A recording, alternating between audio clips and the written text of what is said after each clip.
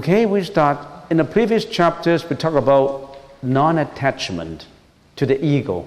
Non-attachment to the ego, to the fourfold concept, fallacious concept.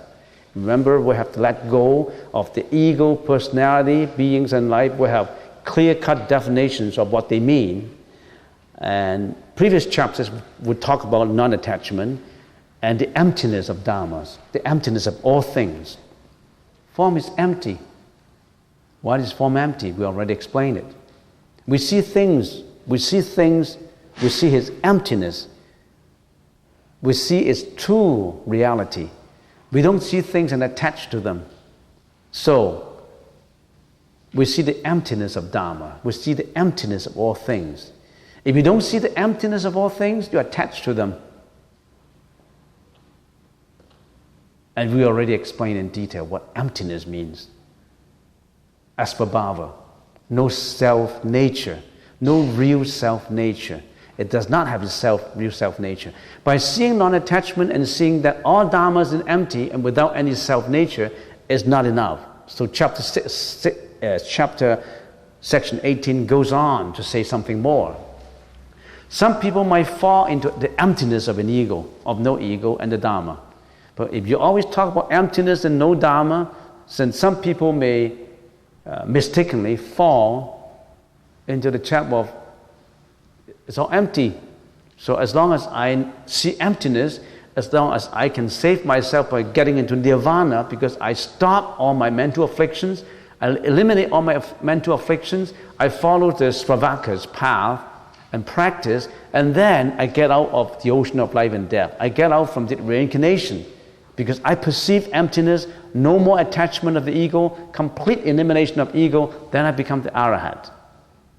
Then I'm safe. I'm liberated. I'm okay. I get out from the ocean of life and death.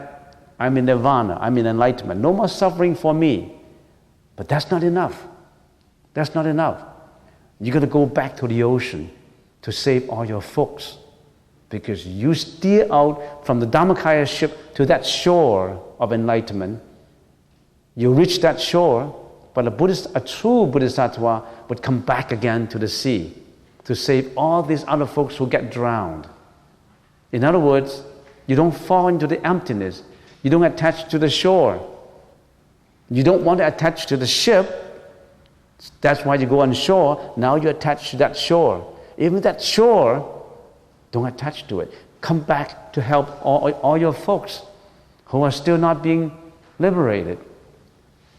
So, since everything is empty and there is not even Dharma that we should attach to, some people may fall into self-salvation and forget about liberating other sentient beings. Here the Buddha brings in the concept of the 5 eyes to remind practitioners of meditations. Not only should we see with the human eye, the Deva eye and the wisdom eye, we should see with Dhamma eye and the Buddha eye, the 5 eyes. So now the Buddha brings in the concept of the 5 eyes. But let's read the paragraphs first. Subhuti, what do you think? Does the Tathagata possess human eyes? Yes, well-honored one. The Tathagata possess human eyes. Subhuti, what do you think?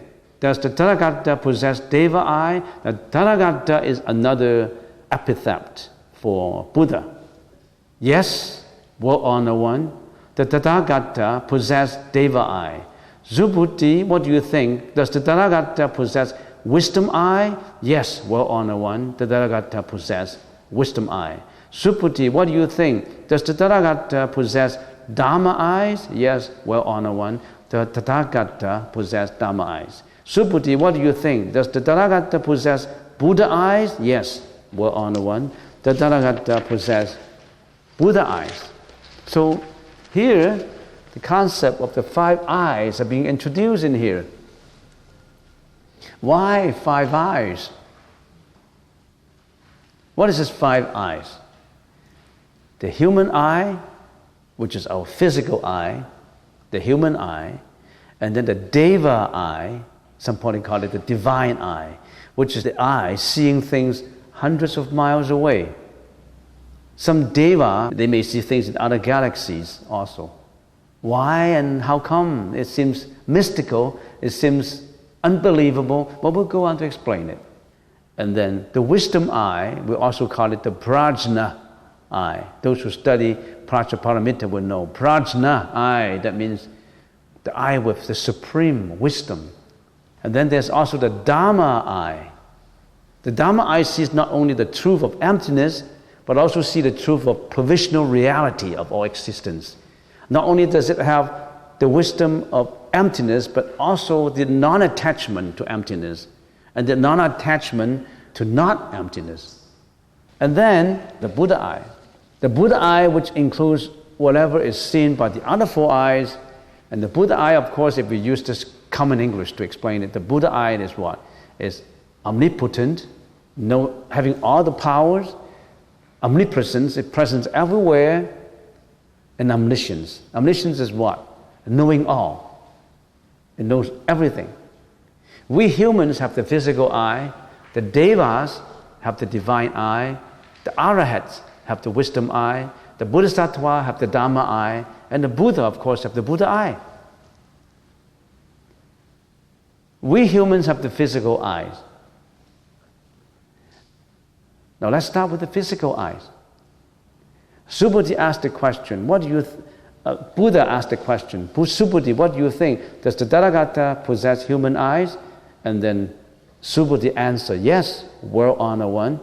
The Tathagata possess human eyes. Let's analyze the five eyes.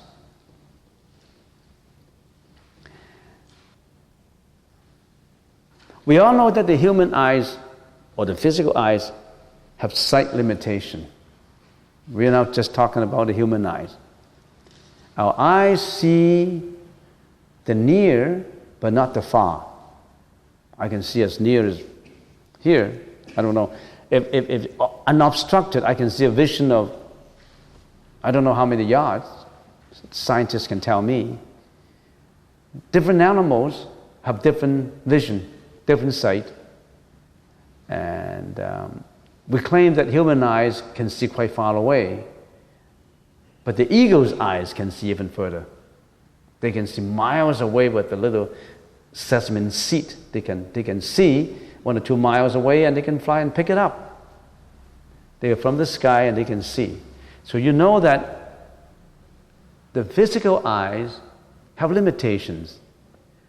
And we don't claim our eyes to be the best eyes, because our eyes are, not even comparable to some of the animals' eyes. For example, the eagle's eyes. They have much keener sight. So we have limitations. Our eyes see the near but not the far, the front and not the back. I can see this door right here. I can't see the door at the back. We can see the outside but not the inside. I see this column, I can see the outside, but I can't see through. I don't have X-ray eyes. I cannot see the inside. I can see in the light, but I can't see in the dark. But surprisingly, some animals can. Bats, but bats don't see. Bats hear and they use vibration to detect enemies or like that. So the human eyes perceive objects usually in the realm of desire. And we use our physical eyes in the satisfaction of our desires, because we live in the desire realm. Remember, we're studying Buddhism that we live in the 3 realms, the Kama Dhatu, Rupa Dhatu, and Arupa Dhatu. The Kama Dhatu is, Dhatu means realm or land. It's a Sanskrit word. And it means we live, all of us, we live in the Kama Dhatu, which is the land of desires. We have all kinds of desires. But desires sometimes have good desires, and sometimes we have bad desires. Desire is not just bad. I desire to help people. I desire to do charity. I desire to be responsible for my family. I desire to do a good job. Don't misunderstand desire. When the sutra says eliminate your desire, it does not mean it's pessimistic and negative. No desire eliminates your bad desire, not your good desire. You desire to be helpful. How can that helpful desire be eliminated? You have to keep that helpful desire. So not all desires are bad, but usually we use our eyes to satisfy our desires. We desire to see pretty things. Our eyes see pretty things. And when we see pretty things, we attach to them. When we attach them, we want to acquire them. And if we don't have the ability to acquire them, we steal. And we use our physical eyes to do good and bad things. And in most cases, we use them to do bad things. Of course, you can find many examples like that. So the physical eye have limitations. We sentient beings, this is just a simile, we live in the world with desires. We want to satisfy our desires. Sometimes if our thinking is not in the right track, we gear our desire in the wrong path and we try to satisfy them. We may do some criminal doings because of the satisfaction of this desire. I don't have money. I'm out of a job. I need money. I pass by a house and I think I can break in that house and I can steal as much as possible. Again, I have money to satisfy my desire. What consequences this will come out? I don't really care. I only care about what I want, how to satisfy my desire. Now that's karma. And you get into that house, you break in, the owner comes out, and is involved in a fight with you, and by mistake, you hurt him or you kill him. Then because of this one little desire of getting some money, you're involved in killing. You're involved in hurting other people. You wind up in jail. Or you wind up in some terrible punishment. Because you are on that abrupt, urgent moment that you can't control yourself. You can control your mind because your mind goes astray to satisfy your material desire. So isn't it important to control your mind, to know your mind, to gear your mind to the right path? How many people do know? Many people say, I can control, my mind is in me. I am the master of my own mind. Yes, you also master your own mind to do criminal stuff, to get you into trouble. So, this human eyes or physical eyes sometimes is the origin of troubles. So do we have these human eyes? Yes, we have. Well, Honor One, we have the human eyes. That's why we are humans. But we've got to acknowledge the limitation of these eyes. And we go further. We ask the question, do we have the Deva eye? What is the Deva eye? Now we finished discussion of the human eye. We know it has limitations. We know that we use that eye as the satisfaction of our desire, bad or good. And then the Buddha said, do we have the Deva eye? The Tathagata, the Buddha, has the Deva eye? And then Subhuti said, yes, of course, the Buddha has the Deva eye. Now what is this Deva? D-E-V-A. Deva eye. Deva, remember we have the world of desire, which is the Kama Dhatu, and then Rupa Dhatu, and then Arupa Dhatu. Deva, to some people who like to associate with heavens and guardian angels, we say Deva are guardian angels, or some people call them God. They are a higher level of existence. We are a lower level of existence. They are a higher level of existence, which we call heaven. But they are not the ultimate place to go. They are still subject to life and death. They enjoy much more happiness than we humans. They live much longer than we humans. And they have more power than we humans. But they're not ultimate. They still have to die when the time comes. But they have their eyes are not similar to our eyes. Their eyes are called the Deva eyes. The Deva eye actually is the first of the 5 supernatural powers acquired by those whose spiritual practices center around meditation. In other words, if you always meditate, if you're successful, you may attain the Deva eye now. If you're successful in your meditation, if you always practice meditation. So, even though you're not a Deva, you're not a Buddhist, if you practice meditation and become successful in achieving samadhi, you may acquire these 5 natural powers, not just the Deva eye.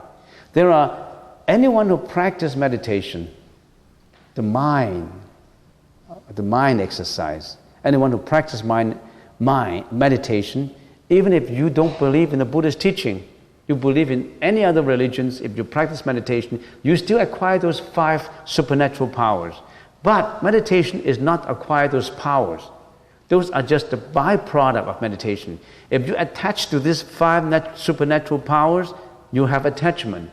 But this supernatural power would come when you have samadhi. It's a byproduct of it, not the final product of it, it's the byproduct of it. What are these 5 natural powers? Now, we're still talking about the Deva eye. I'm not talking about the wisdom eye and the Dharma eye and the Buddha eye. Now I divert my talk to this one Deva eye, which is related to other 5 supernatural powers in meditation. When you meditate for a long time, very in-depth meditations, you acquire these 5 supernatural powers. What's the first one? It's the Deva eye, wherein you can see things as far as hundreds of miles away, or even things in other galaxies. Unbelievable. But that's only you see it in your samadhi. In other words, I'm meditating now, and I see the parking lot because I'm in my samadhi. I'm meditating now, and I see heaven. You are in samadhi, but you see things. I'm meditating now, but I see my home. Oh, my husband is cooking. Oh, my children is playing. Well, you have that Deva eye in your meditation. It happens a lot of times to a lot of people. It does not mean that you carry your own eyes and you go around and you can see right now. Even not in meditation, not in samadhi, you can see galaxies. Not that. You have to be in samadhi. You have to be in that stage. You're meditating. I'm meditating now. I have a friend. I'm thinking of a friend in San Francisco. Oh, I see him. He's shopping. He's shopping. That's Deva eyes. You can see him actually many miles away. Now that's the power of divine vision. The second supernatural power, the power of unimpeded bodily action. What does it mean? If you achieve a certain level of meditation, you're meditating here in this temple, you could appear at the same time at home. 2 bodies. You can appear at the same time at home. But that's in a very high level. When you meditate, don't say, I want to get that supernatural power. Then there's attachment. Then that's not right. It just comes. It comes when it comes. You don't attach and desire it had to happen. And some people use these supernatural powers to help others. And if you acquire these supernatural powers, you don't air it out. You keep it to yourself. It's confidential. If you meditate for years and suddenly, oh yeah, I acquire some of these powers. If you start to blurt it out, you lose it. Why? Because you start to be egoistic. Because you usually acquire these supernatural powers when you are selfless, without an ego. Now, you want to exaggerate your ability, you're accumulating your ego and it's gone. No more supernatural power. You see what I mean? So, That's the power of unimpeded bodily action. Sometimes just this power, people can fly. People can go deep down to the ocean. Unimpeded bodily action. You believe that people can fly? There are people, if you refer back to some ancient Sanskrit, there are people who can just fly in the air. There's unimpeded body action. Unbelievable. There's so many things that's unbelievable in this world. And not even science can prove it. Okay? Third power, the power of divine listening, with which you can hear all the words spoken by all sentient beings. Listening. The fourth is the power of awareness of minds of others. So if I'm in samadhi, if I'm always in samadhi, if I'm talking to you, and if I am still in samadhi, I read your mind. Oh, time's up. I haven't even. I only finished the Deva eye. I plan to finish the 5 eyes, and I just finished the Deva eyes. So time is relative, and so let me finish this 5 supernatural powers. So the power of divine vision, which is similar to these Deva eyes, the power of unimpeded bodily action, the power of reading other people's mind. So if you're always in meditation, you can read people's mind. Sometimes it happens. Some people can read people's mind by facial expression. That is sort of supernatural power. Some people can read other people's mind by just feeling it. That happens to a lot of people. But if you are deep in your meditation, the intensity of this power gets more powerful and more powerful. The fifth is the power of knowledge of previous lifetimes, whereby you know the events of countless kelpers of previous lifetimes experienced by yourself as well as by all others. In other words, I meditate and I'm in samadhi. Oh, my last life I was a monk in Thailand. Oh, my last life before, I was a soldier in Tibet. So you read your past lives. You know your past lives in your samadhi, in your meditation. So these are the 5 powers, supernatural powers, that the practitioner of meditations, they can achieve. But don't attach to it. It comes when it comes. Don't try to grab it. It would be wonderful if I can get this unimpeded bodily action. I can get down to the sea and fly up to the sky. Now, if you have that self attached, you'll never get it. Because this power comes from an egoless state of mind. In other words, you don't have the ego anymore. That comes from there. If you try to be greedy about getting the supernatural powers, you never get it. The Buddha and some high level of Bodhisattvas have 6 natural powers, supernatural power. There's just 1 natural power more. What is that natural power? They have that power that is called the extinction of contamination, which means that no more mental afflictions. No more mental afflictions. They will be able to be out from life and death. They're no longer subject to rebirth. That's the 6th supernatural power. Now, all these 5 powers, divine vision, divine listening, and unimpeded bodily action, reading other people's mind, and knowledge of previous lifetime, all these could be achieved by anyone who is in deep meditation. The degree of the power varies. Some people have a little bit of this power. Some people high level, because you are in a high level. You are selfless. You're not egoistic. It's just like, imagine you're living in that wall of egoism surrounding you. And some people practice meditation to break this ego wall, to break off 5 inches of the break, and they peep out. They see, but the vision is small. So that power is limited. You can't see everything. You can only see a diameter of 5 inches. 5 inches, you can see that vision. Your power is less. But if this meditator practices more and more, they crumble down a lot more, they can see more, and finally, this arahant, the whole wall of ego crumble, unrestricted view. You see this? You see what I mean? So it depends on the degree of your meditation. And this 6th power can only be achieved by the Buddha and the neighboring level of the Bodhisattvas. What is this? No more life and death. No more mental afflictions. Nirvana, we call it. Nirvana, extinction of contamination. Remember when I say Om Mani Padme Hum, I gave the simile that it's polluted. No more pollutants. One purity. Not a single trace of pollutants. That's the Buddhahood.